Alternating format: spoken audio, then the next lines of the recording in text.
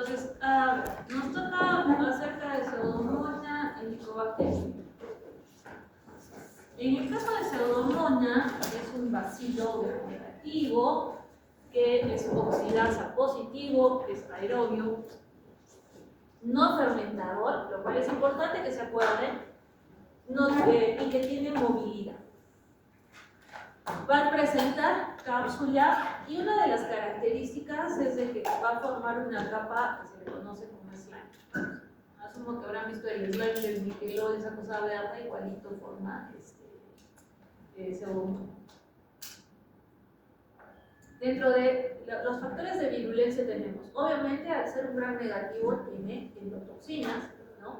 Que además actúan como proinflamatorias, y tiene exotoxinas, como la exotoxina A, que actúa reducilando ADP. Se ha visto que presenta también resistencia a los betalactámicos porque tiene betalactamasas que son mediadas a través de plásmidos y también porque presenta enzimas acetiladas.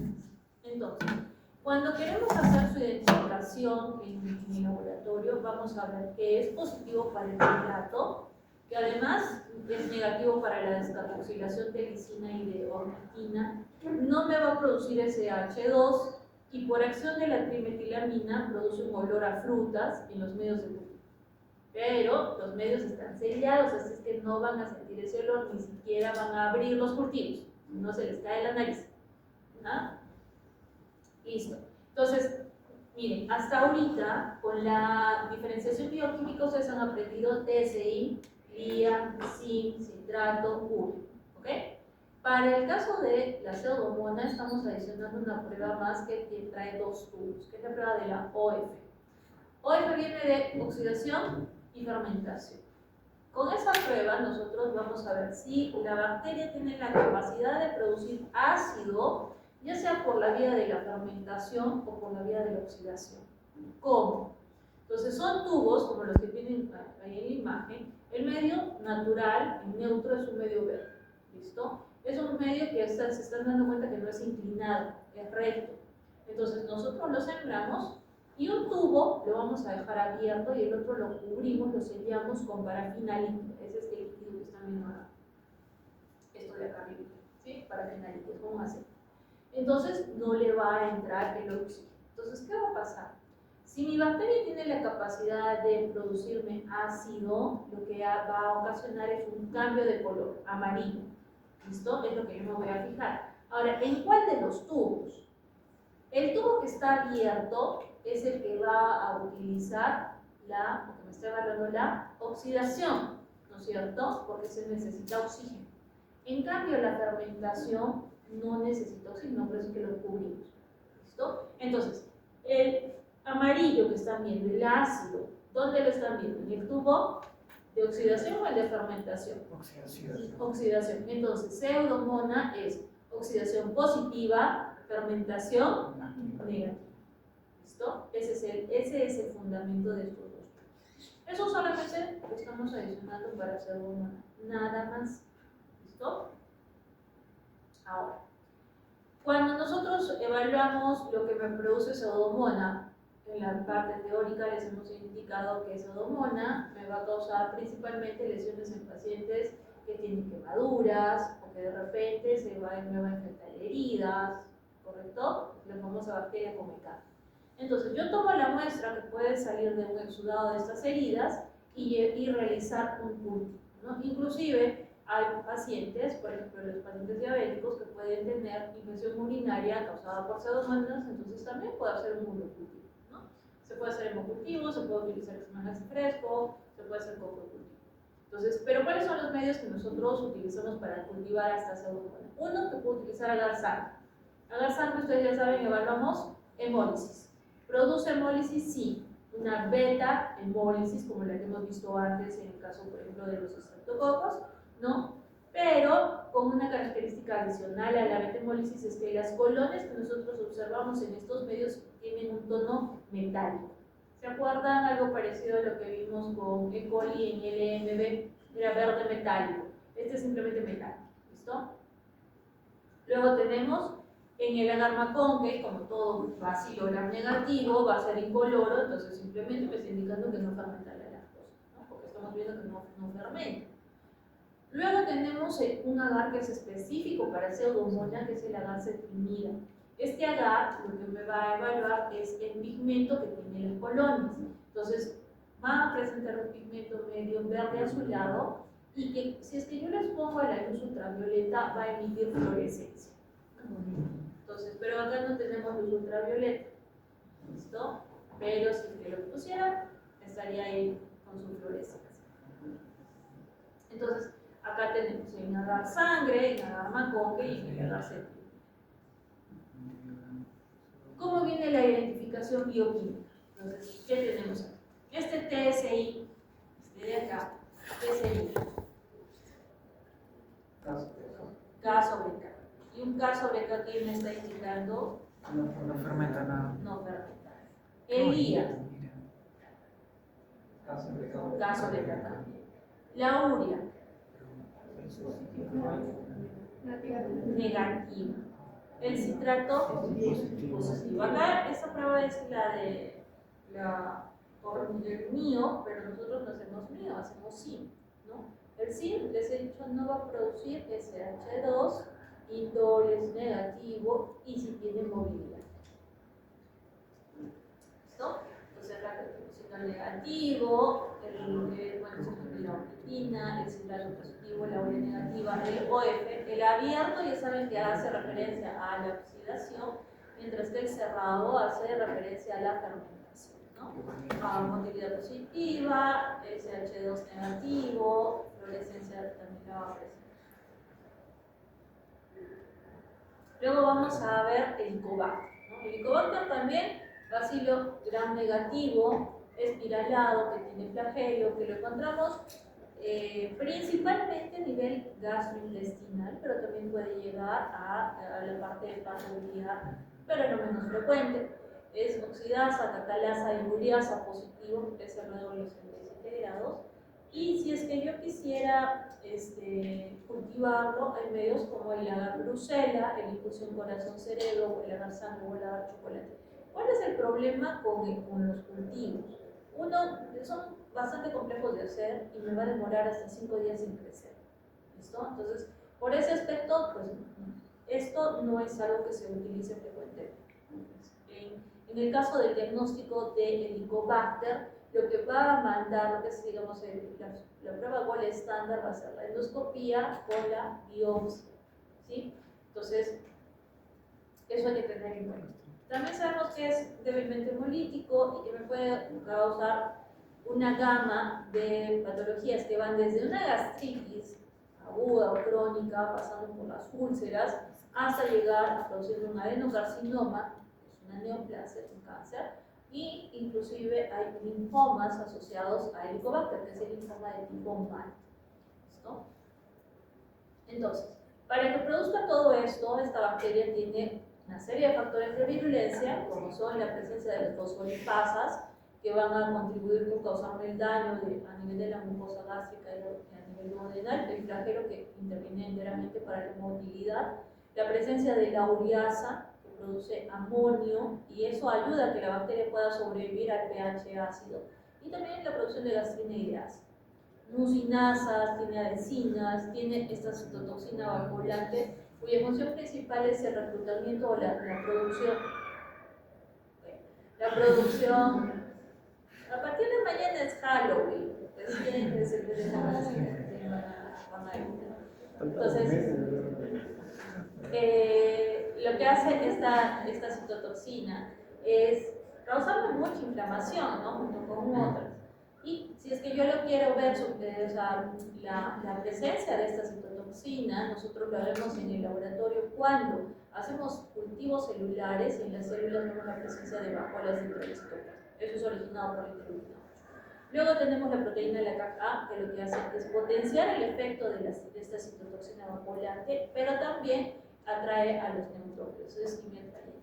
Y produce la superóxido dismutasa, que son radicales libres, y catalasa, que además de causar daño, ¿no? Porque eso hace también los radicales, permite que la bacteria pueda sobrevivir dentro de polimorfos o dentro de los cromosomas. Entonces, ¿qué es lo que hacemos nosotros para diagnosticar?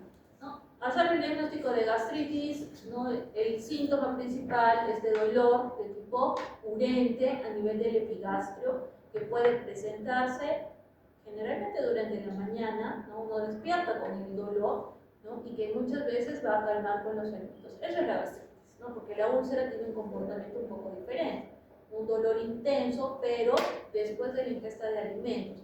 Esto además asociado a que los pacientes pueden presentar, por ejemplo, esa sensación de plenitud, es decir, de estar constantemente con gases, molestias digestivas, ¿no? Todo causado por el helicobacter. Entonces la clínica sí nos ayuda mucho, pero como les digo, la prueba gol estándar siempre va a ser lo que es endoscopía con biopsia. La endoscopía porque es importante.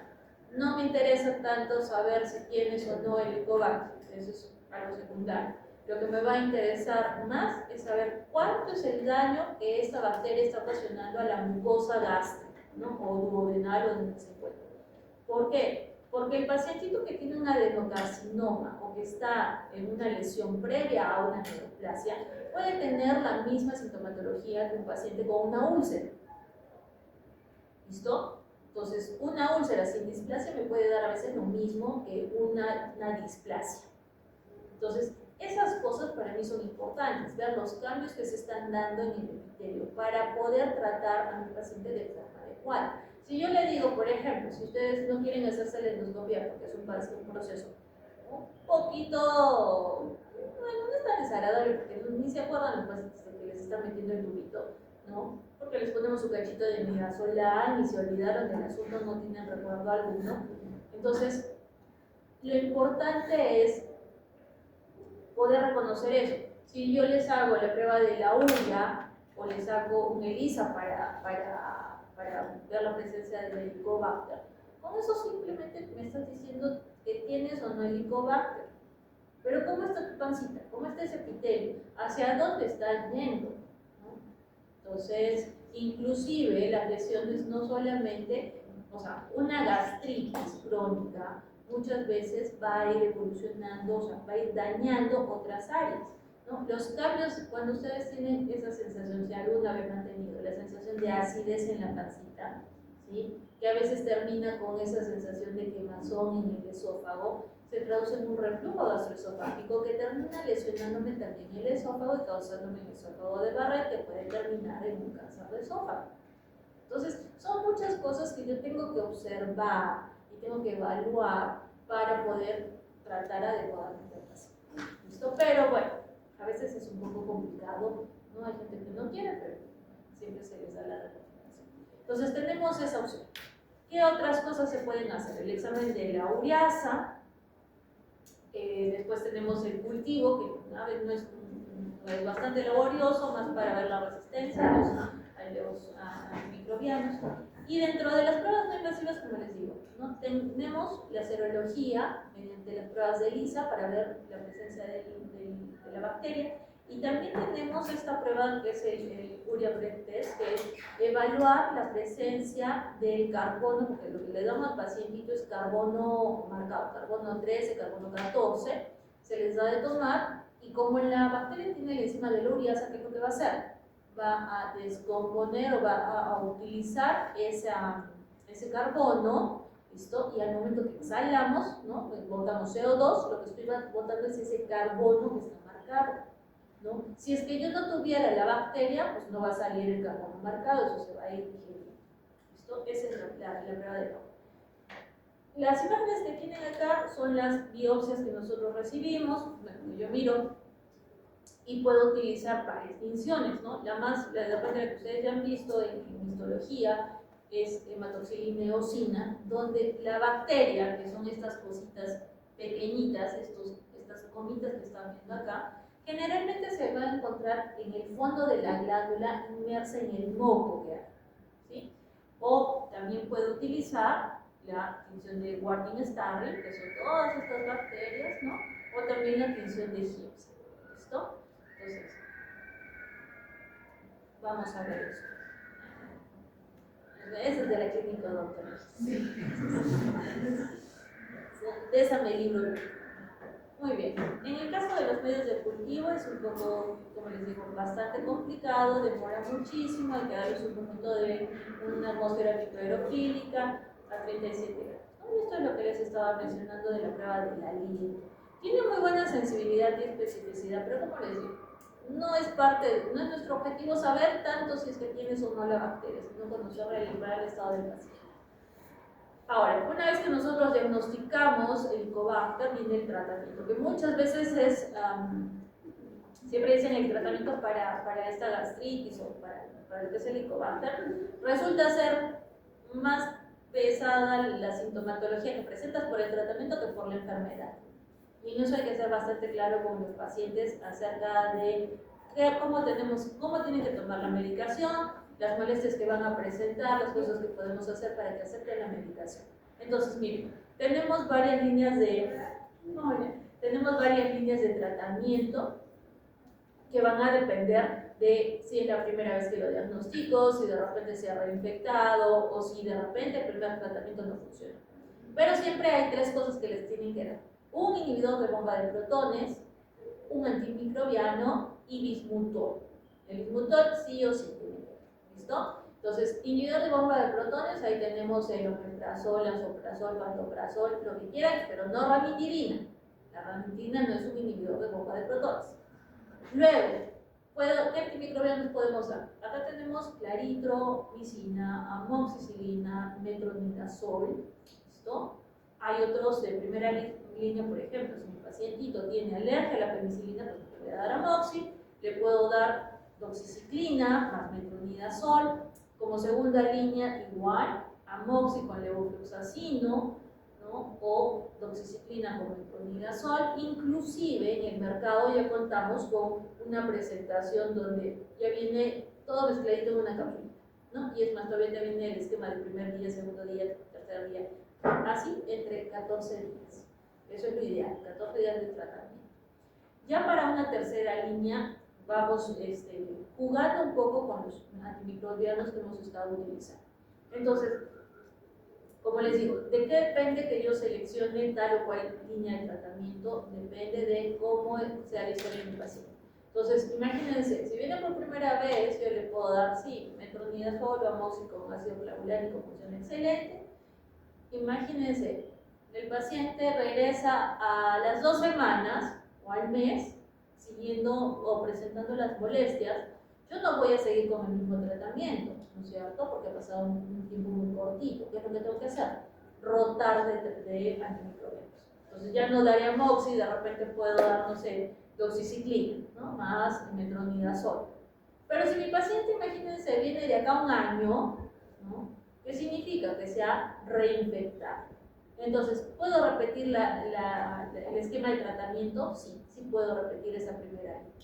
Porque no ha hecho resistencia, funcionó inicialmente, pero como acá toda nuestra comida siempre está toda contaminada, ¿no? Acá cuando van a comernos un día veneno, siempre se les sazona con un poquito de bichitos para que tenga más sabor, ¿no?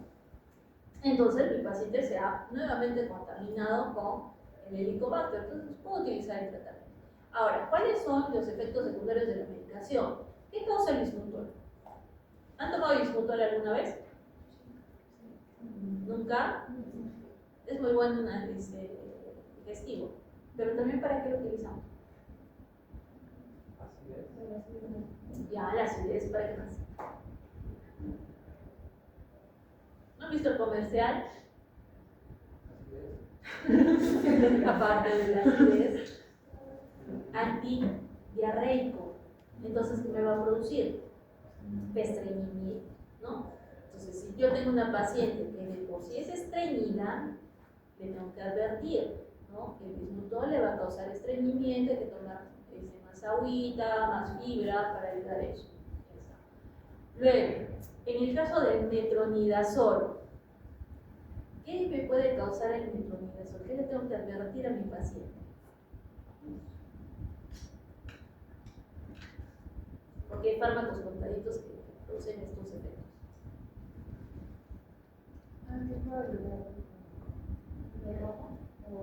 No, medicamento. Tiene que ver. No, créeme, no. ¿Qué produce el metronidazol?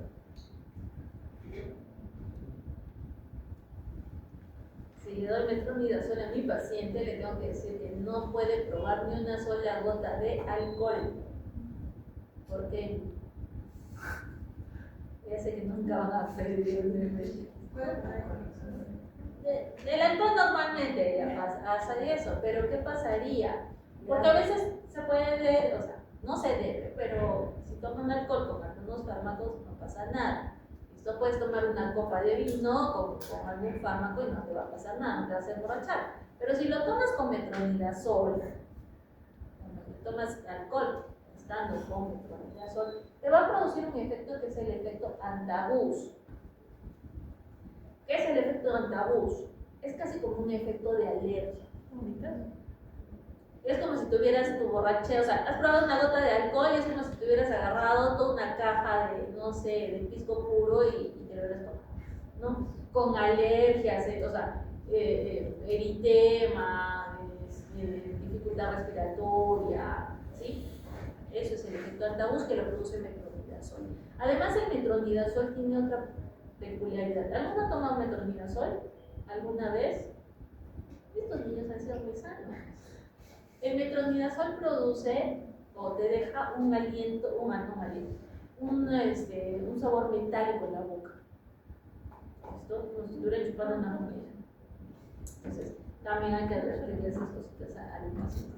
En el caso de la claritromicina es un muy buen fármaco, pero lo malo que tiene es que es bastante gastrolesivo. O sea, mi paciente que tenía esa molestia de la pancita, que tenía esa sensación de quemazón, mientras tome la claritromicina se va a sentir igual o tal vez peor, pero no por el bichito, sino por el medicamento, ¿no? Entonces ahí le diré que tiene que tomar el medicamento después de los alimentos con abundante líquido para que no tenga esas molestias. Luego tenemos, por ejemplo, el levofloxacino. Toma levofloxacino, yo tengo que decir a mi paciente de que no vaya a hacer ejercicio, porque levofloxacino, uno de los efectos que puede causar es una ruptura de tendón. Entonces imagínense, si es un deportista, ¿no? Si está acostumbrado a ir al gimnasio y le doy levofloxacino y no le aviso, pues puede terminar con una ruptura de tendón de Aquiles o de algún otro tendón. ¿Listo? Entonces, cuando hagan fármaco, es importante reconocer qué efectos secundarios se pueden producir. Obviamente que no todos van a tener efectos secundarios, ¿no? Pero siempre es importante tener esas precauciones para los pacientes. ¿Listo? Entonces, eso es en el caso del Helicobacter. Y finalmente tenemos el Vibrio. En el caso del Vibrio cholerae, también bacilo curvado, que tiene flagelo, que es un anaerobio facultativo, igual el gram negativo, y a diferencia de Pseudomonas no presenta cambio. Va a ser también oxidasa positivo, fermentador de la glucosa, tiene la capacidad de crecer más bien en un medio alcalino, por lo tanto es bastante sensible a la acidez. Cuando nosotros evaluamos al Vibrio cholerae o al Vibrio en general, tenemos que clasificarlo dependiendo del biotipo o del serotipo, ¿sí? En el caso del biotipo tenemos el TOR y el clásico, y en el caso de los serotipos tenemos el Hikoshima, el Ogawa y el Inaba, y el serogrupo, que se basa en el antígeno somático, es decir, en el antígeno O, puede ser el O1 o el O131. Entonces, el que más problemas nos ha causado ha sido el biotipo, el TOR. Ese es el que tuvimos acá en el video. ¿Dónde lo encontramos a nivel de, o dónde se va a ubicar? En el colon, y la dosis infectante es bastante alta, 10 a la 7. Entonces, ¿cuál es la característica del colon? ¿Qué encontramos o cómo diagnosticamos colon? Ese es como agua de lavados. Claro. Las deposiciones son líquidas como el lavado de agua. Si se acuerdan con los E. coli, hemos visto diarrea con moco, diarrea con sangre, diarrea con moco y con sangre. Acá está facilito. Lavado de arroz es limpio, nadie más te va a producir eso. ¿Listo? Pero se acompaña también de otras molestias.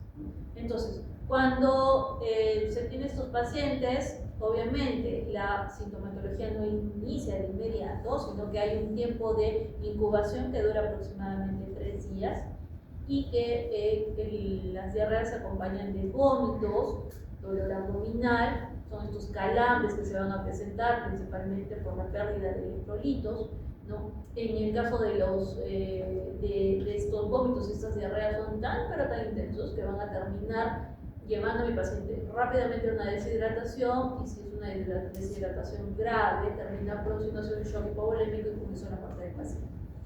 La cosa también importante es, en el caso de los pequeñitos, de los niños, la diarrea o estos cuadros de deshidratación van a llevar a convulsiones.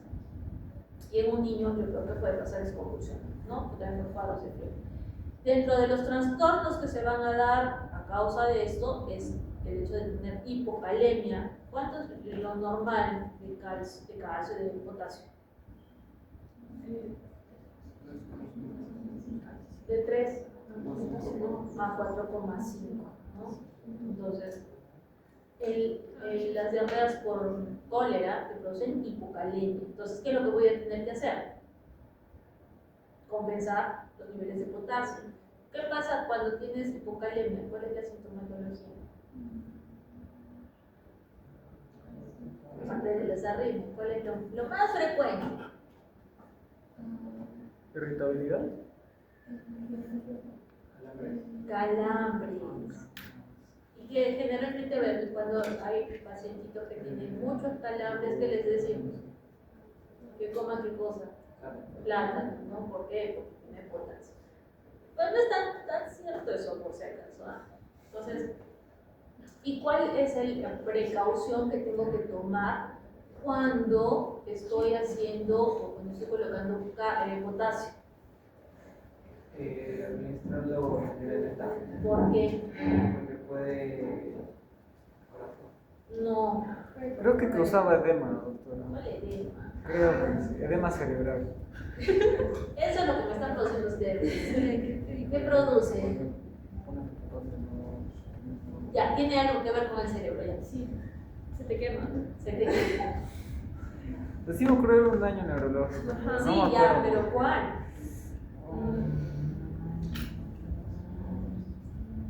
Fisio, ¿no? Eso fue el primer tema que hicimos, doctora. Qué triste A ver. que no se acuerde. Yo me acuerdo que era por edema, pero edema intracelular todavía. Edema intracelular.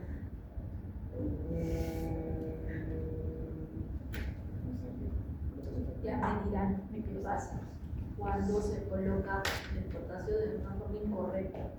Entonces, en estos pacientes que tienen deshidratación, no es solamente que les meto agua, entonces tengo que sacar cuánto de electrolitos y qué electrolitos están perdiendo. Sabemos que normalmente se pierde el cloro, el sodio, ¿no es cierto?, el potasio, son los básicos, pero tengo que saber cuánto tengo que reponer, porque si le metes mucho potasio, ¿qué va a pasar?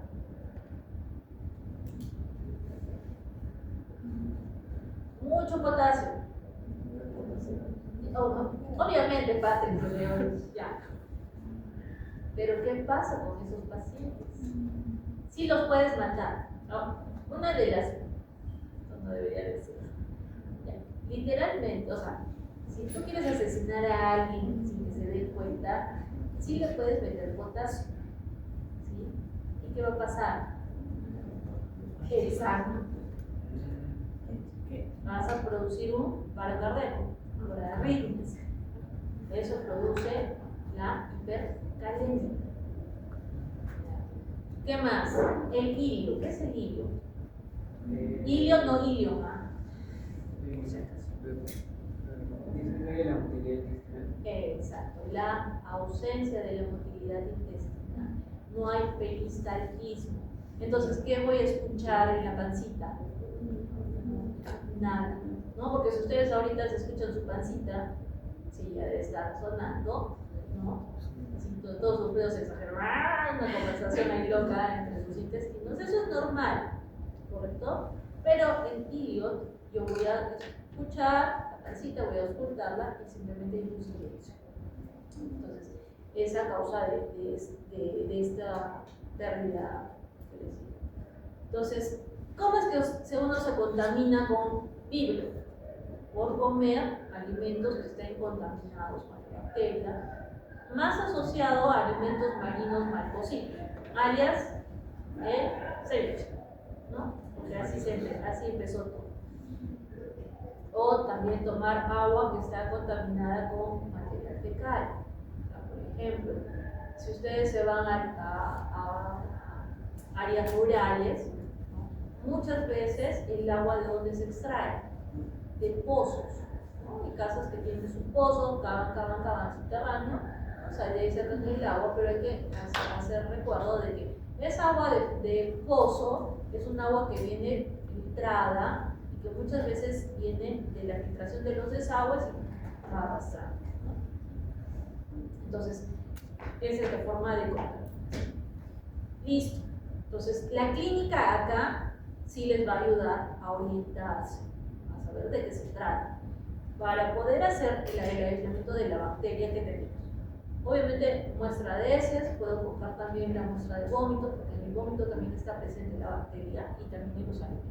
Entonces, puedo sembrar el macón, que igual me va a crecer colonias que son incoloras, simplemente ahí no fermentan la lactosa, pero el medio selectivo para Vibrio es el TSBS. Ahí solamente va a crecer Vibrio. Este medio, además de los componentes que tiene, nosotros regulamos el pH, porque hemos dicho que esta bacteria soporta pHs alcalinos, no soporta mucho la acidez. ¿Qué más va a contener? Proteínas, sales biliares, cloruro, tiosulfato, etcétera, etcétera, que inhiben el crecimiento de otras bacterias.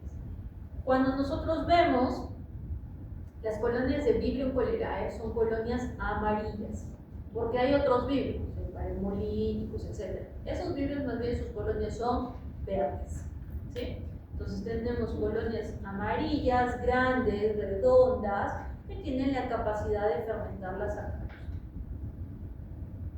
Y luego tenemos el diferencial, ¿no? Las pruebas bioquímicas, donde encontramos este es el TSI, ¿qué sería?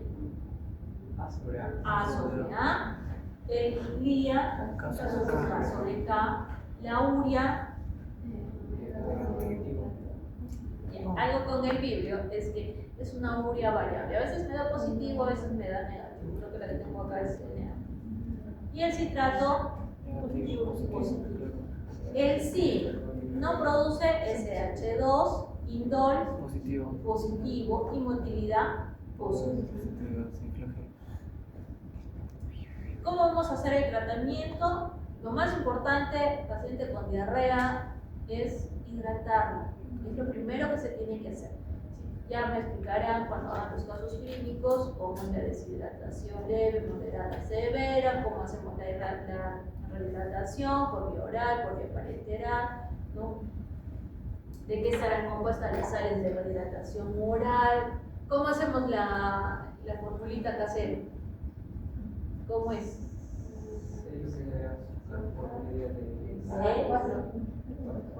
¿4 de qué? No. Cucharadas, cucharaditas.